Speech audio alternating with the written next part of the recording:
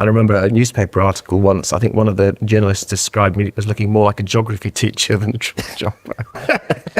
And then she wrote the article and started off by saying, what a lovely, humble guy, drives a Volvo. You can see the Porsche in the garage. Oh, very smart. How would you feel if your world record got beaten? I'd be upset, for sure. I mean, it would be pretty cool to be on my deathbed and still be a world record holder. Yep, I'll take that.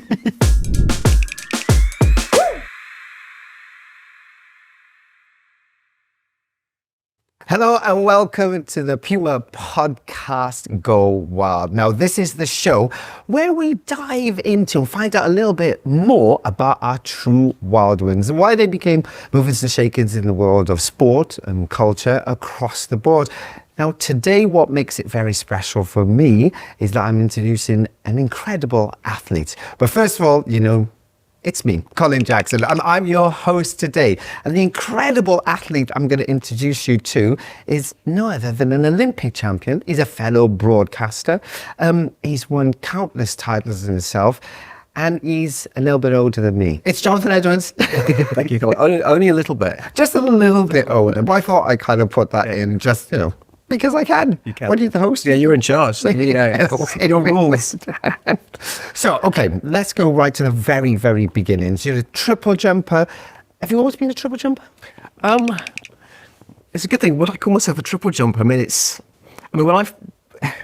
I first triple jumped at school, and I can remember my first triple jump. It was sort of at the bottom of the rugby field, and there was a line of trees. It was the school was out in the countryside. It was a beautiful setting, and there was a line of trees along the drive. And there was the rugby field to the left, and then the triple jump was slightly downhill, cinder track, and we used to do all the athletics events in games lessons. And I long jumped, I sprinted, and I triple jumped. And there was always something about the triple jump which sort of resonated with me. I was good at it, but I loved the rhythm of it. And I think I was naturally good at it. I mean, not to a high level, but at school I was very good. And there was something about it which, it just resonated with me. But that's where I started, probably 10, 11 years old. I think my first jump was maybe 9 meters, 99, something like that. It wasn't nothing special. Nothing special. Now, you mentioned this little town. It was in Ilfracombe, right, where you first kind of tasted, I guess, our sport of athletics. Yeah, so Ilfracombe, a beautiful seaside town in North Devon, looking towards Wales. I could see Swansea, probably. Yeah. And they're about 20 miles inland in the countryside, West Buckland School. I mean, when I was at school, I focused on my studies. I loved my sport. That's what I enjoyed the most. But my focus was always on my studies. And because you remember, when we were growing up then, professional sport didn't exist in the way that it exists now. Yeah. I was very much focused on studying hard, going to university, getting a degree, and getting a job. That's what I thought my life was going to be. Well, it paid off on both levels, didn't it? I mean, I want to say in your sporting life, you're a late bloomer. Oh, we'd use the word late bloomer. That's it. But you're studying, of course, like you say, because that took precedent at that time. That's putting you in good position today, for example. Well, look, it was a great safety net. Exactly. And you talk about being a late developer. I actually don't hold the triple jump record at my school. So I have the world record, but the triple jump record at my school is held by a guy called Stephen Ajomo, who went on to play rugby for England. Yeah. And of course, he was like 6'3" when he was 13 or 14 years old, and I was like called Titch. So yeah, I think if you look at all the sort of, let me compare myself to you. I mean, you were a superstar from the get-go. Yeah, you were. I mean, you were outstanding through all the junior ranks, and then that progressed to senior ranks. Whereas I never competed for my country until I was 22, and it was in the your first Olympics in 1988. And when I was 19 years old, as my last year as a junior in the junior category, the world junior triple jump record was 17 meters and 50. My best jump was 15 meters. Okay, so you were some way away. I mean, and not in the same universe, not even the same solar system, not in the same universe. So when I left school, there was no, even though I'd won the English schools, I never thought that I was going to be an athlete. As to whereas you were breaking world junior records and becoming world junior champion and all that stuff. So we were in completely different kind of universes in terms of athletics performance. Many people may not have known this, but at one stage, or am I making this up? You actually were in contact with my coach. So me and you could actually have been training partners. So my dad was obviously, as all dads are, great believers in their sons and what they can achieve. And he had this bee in his bonnet that if I really trained at athletics and put my mind to it, maybe I could make something of them. And it was very much, I have to say, it was very much in the context of his faith and my faith then. And it's slightly ironic that I've lost my faith. But at the time, it was a big thing for me, this idea that God's given me a talent and I should try and make the most of it. And that's where my dad was coming from. So when I went to Durham University, I think he wrote off Sir Malcolm. Yeah. And there was actually a triple jumper from Ilfracombe, would you believe it? Yes. Who trained with Malcolm up in Cardiff. Yes. Scott Belmont. Scott came up. Yeah. So there was that link there. And because I was at Durham, Malcolm put me in touch with Carl Johnson, who was the national coach for that part of England. And I had this tentative relationship that started with Carl while I was studying at Durham University. We'd go through maybe once every 2 weeks during term time. Terms were only 9 weeks, so that tells you how many times I trained. Yep. I was signed up to compete for Gateshead Harriers. And that was sort of, again, me exploring athletics a little bit, but again, focusing on my studies. I went to the World Student Games in 1987 in Zagreb and finished 9th. I think I jumped 1590, won by Kenny Harrison, who went on to beat me at the Olympic Games in 1996. But again, he jumped 17, whatever he jumped, and there's me languishing in the also rans or the also jumped.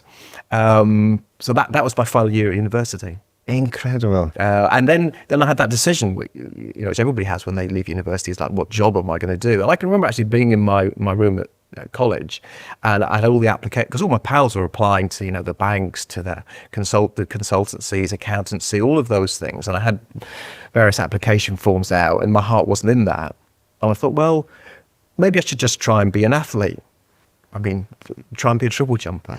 I mean, there's no money to be earned, there was no career path, there was nothing. And I remember getting on the train once I graduated. I got on the train at Barnstaple, where the train station was closest to Ilfracombe, with 2 suitcases, and my mum and dad dropped me off. I was in tears, they were in tears. I got the train up to Newcastle to start my life as a triple jumper with no job, with pretty much no money. First day in Newcastle was spent going around the social security departments to sign off for unemployment benefit, for housing benefit, and then eventually I got a job in a hospital, worked through the day, trained in the evening, and went to the Olympics in 88. That was the start. I think I jumped 1670. Reasonable. But that's okay. Yeah. But it's not, the Olympics that year was won by Markov, I think, in probably like 1780 or something like that. So a reasonable start, though. But it was an okay start, and I hadn't done any training. And that was the start of my athletics career. And I look back now, I think I was mad. Yeah. What was I doing? I could have been, I don't know, get a good job working for a bank or for doing my accountancy exams and a career path. And there I was on unemployment benefit, living in Newcastle. But 30 years later, and, what a difference your life was. Would you have ever expected that was going to happen? I don't think so. I got a bronze medal in Stuttgart in 1993 and jumped, I think, 1744. I think I might have jumped 1770 windy that year. And I sort of thought, maybe on my best day, I might approach the world record, which was 1797, set by Willie Banks. And the world record hadn't really moved much for like 20 years, because there was a Brazilian, D'Oliveira, I think, who held it beforehand at 1789, and Willie was 1797. And there was just a whole bunch of people jumping 1780s, 1790s, but nobody got beyond the world record. And you look back now and you think, well, why didn't that happen? Because there was such a group of talented athletes, and loads of them. Yeah. Americans, the Russians, the East Germans, the Cubans, they were all there, but nobody broke the world record. And I thought, well, maybe on my best day, I could, challenge to win a world title. I could maybe challenge to get towards 18 meters, but never to do what I did. I'm going to ask you a question now about potentially, you can kind of go to me, oh, Colin, give us a break. But like, you were tiny. I'm still tiny now. Now, right? Compared to the athletes of that particular time, did you feel intimidated at all? Or when you were walking around, did you ever think to yourself, actually, this is not my world. This is not my world. All the time. I constantly didn't. And I think for 2 reasons. One, physically, there was nothing like remarkable about me. I remember a newspaper article once. I think one of the journalists described me as looking more like a geography teacher than a triple jumper. It was a bit demeaning, I thought. to geography teaching. Well, I'm glad you read that. I wrote about you. So no, there's nothing about me physically which would make you think that I was going to be a world record holder. And I think all of my competitors looked at me and thought, God, if Edwards can do it, surely we can do it. Because what's special about him? But when people say to me, you know, what was it that made you good at triple jumping? I say, well, I wasn't a jumper. Right, you'll have to elaborate on that. Come again. I was a sprinter. Right. I could bounce. Okay. But if you looked at my raw jumping ability, so for example, like a vertical jump or a horizontal jump or a standing triple jump, rubbish. I was strong in the gym, but my actual basic jumping ability wasn't good. Your long jump personal best is better than mine. Yeah, maybe. Yeah. But I could maintain my speed on the contacts. And so my final jump in the world record was 7 meters. So my ability was perhaps different from everybody else's. And I think that's probably why it hasn't been broken, because I think I jumped differently from everybody else. I mean, you were one of the unique athletes who won Olympic title, world title, European title, Commonwealth title, and world record. I mean, you couldn't do any more in your sport. Oh. When you think of that, do you go, wow, that's me, and can literally physically pinch yourself? Yeah. And I think, you know, unlike you, who was very good as a junior, because I wasn't, there was never a tape playing in my head which said you're one of the best in the world. And so it was a constant surprise to me. And I don't want to say necessarily I had an inferiority to other people, but I would be intimidated quite easily. And for Gothenburg in 95, I went and bought some sunglasses in the airport just so people wouldn't see the fear in my eyes when I was warming up. You were very encouraging to me in Gothenburg. Wow. I remember you were, because you ended up not competing, didn't you? That's right. Yeah. But you were there and training, and you know, you and at the level you were at, being very encouraging and supportive made a huge difference. And one of the other scary things about Gothenburg was doing the PUMA press conference, because I think you were there, Linford was there, and everybody wanted to speak to me. Yeah, it's like, well, this is the wrong order of affairs. I wasn't running, so it was fine. Running, but you were there. There you go, yeah. So it was pretty overwhelming. But I think because I was already in the rhythm of the year, it was fine. I mean, still though, when we talk about Gothenburg, the most amazing day was Lille. I was going to bring that up. Because I wasn't at Lille, I was injured. And so I didn't go to this particular competition, European Championships. Team Championship, as it is now. Europa Cup, it was back in the day. Yeah. And I knew you were in great shape because I'd seen what you were doing. But when I picked up the paper to get results, the first person I looked at was for Linford Christie, because of course I was a training partner at Linford, and I saw you ran very well in the 200, and I was like, wow, okay. And then I went through the whole results, and I saw 8:41, was it? 43. 8:43 Jonathan Edwards. 18:43 Jonathan Edwards. And I went, no, they must have misprinted this. This cannot be true. So tell us a little bit about that day for you. Was it a special day? Did you do anything different? I mean, what? So the lead up to that season, because I talked about 93 and I got a bronze medal in the World Championships. And then, you know, I trained harder than I'd ever trained that following winter season. And I'd got ill, and then I'd still trained, and I got a post-viral thing. So 94 was a washout. I went into the 94-95 winter preparation phase, not really being sure of my physical fitness, whether, you know, I even had a career. Whether I would ever get back to what I had been. So I changed the way I trained, I changed my technique, much more focused on sort of high intensity training, but not much quantity, just to sort of reduce the load on my body. And I stumbled upon, I would say almost by mistake, a formula that worked for me, and I got in great shape. And I think there was an accumulation of training from when I'd left university and all of that. But that worked really well for me. And I jumped actually in Loughborough, my first competition, broke the British record, 17:58. And I remember Malcolm coming up to me and going, you didn't even have the board. It was wet. And he said, that was incredible. Yeah. And he was like, wow, you're in shape. Yeah. Then I went to Lille actually 2 weeks after and jumped 17:46 in the rain, into the wind. So I kind of knew the setup, but I had no awareness that I was going to jump a crazy distance like that. In the first round, I jumped 17:90 with no step. I was like, I had no step. That's just, and that jump is still the most beautiful thing of my career. The rhythm, the balance, the way I ran off the board. I had no board actually. So it was like 17:63 takeoff to landing. It was an incredible jump. And of course, a meter really further than I'd ever jumped before. Because look, 2.4 wind. Yeah. If it was 1.9, it's still 1840. Yes, exactly. So I jumped half a meter further than I'd ever jumped before. And it wasn't even it was not a triple jump distance. I was in shock. All my competitors, I walked back and they're like, did we just what did see? you just Yeah. Yeah. And then I jumped 1839 in the fourth round. Yeah. Plus 3 point. It was a lot windier. But you're still backing up the Backed it up. So that just everything changed on that day. And then after that, I knew that with the right conditions, that I'd break the record. And it was at that stage, I think, the limelight really came on you then, because it's been a long time since a Brit, certainly a male Brit, was going into a competition potentially to be a world record holder. And so there was a lot of expectation on you.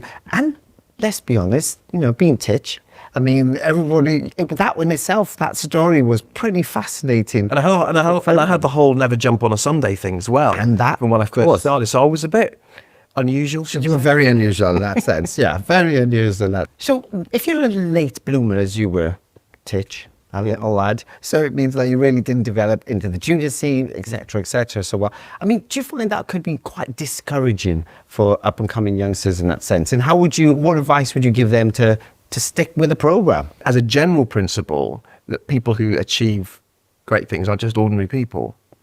And I think for young people to understand that extraordinary things are done by people who breathe the same air, eat the same food, probably have all the same doubts that they have, is a really important message. Because you can think, well, that's just me. If I'm going to be successful, I have to have a different mindset. I have to feel a different way, and that's not necessarily the case. Apart from the fact that I was unusual as a late developer, there is something about making that transition from thinking, well, okay, I'm good in this small environment, but I don't think I could do it at a global level. And getting a belief in yourself and understanding that everybody has to go through that transition. Can you really kind of reflect a little bit on what you see nowadays in the modern jumpers, for example? Would you like to compare yourself to some of them?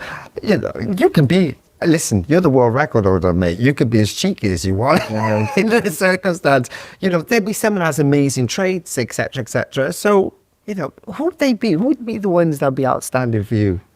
As the young kid from Jamaica, Jaden Hibbert, who's obviously a PUMA athlete, and look at some of the stuff that he's done as a junior, like off short approach. Yeah.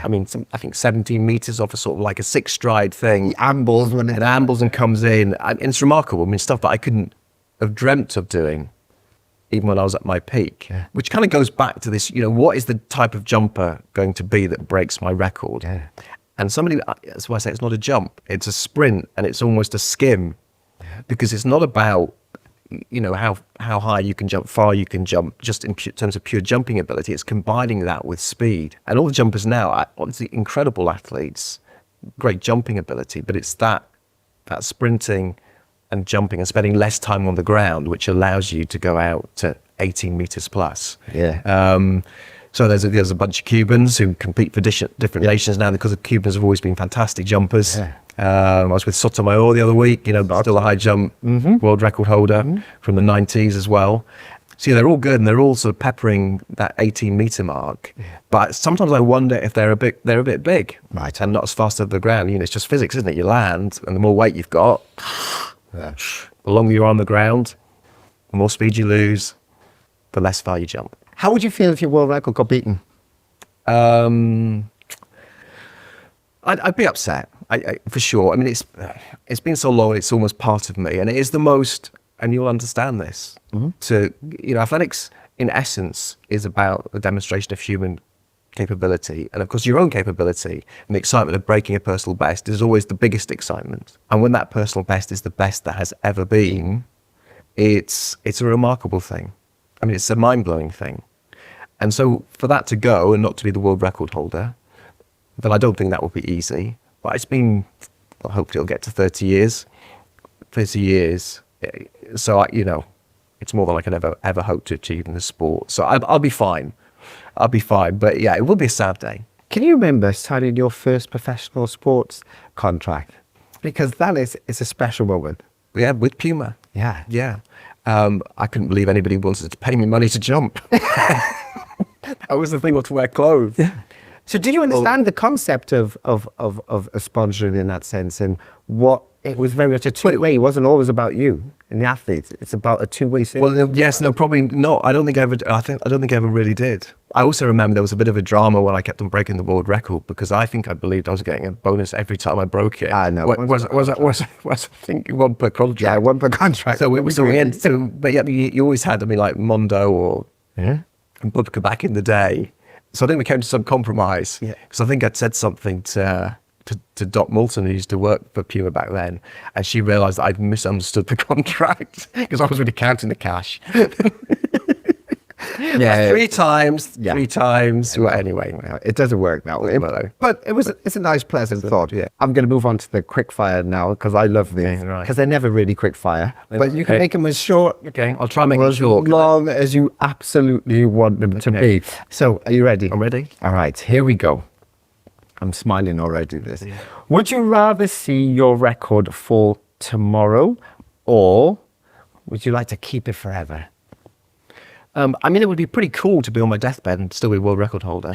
Yep, I'll take that, providing I know I'm on my deathbed. But yeah, just as a sort of a thought, to die as world record holder that'd be pretty cool. Yeah, okay, I like it. I like it.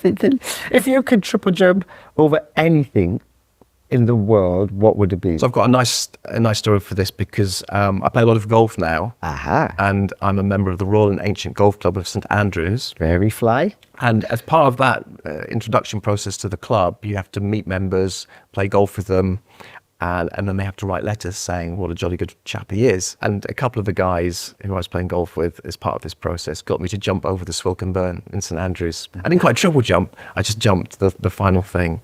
So that was the best thing. I've jumped over the Swilcan Burn. I love that. I love that. Especially if you know St Andrews. Very nice. Yeah, very, very, very nice. Okay, biggest non-sport talent you never get asked about. I like singing.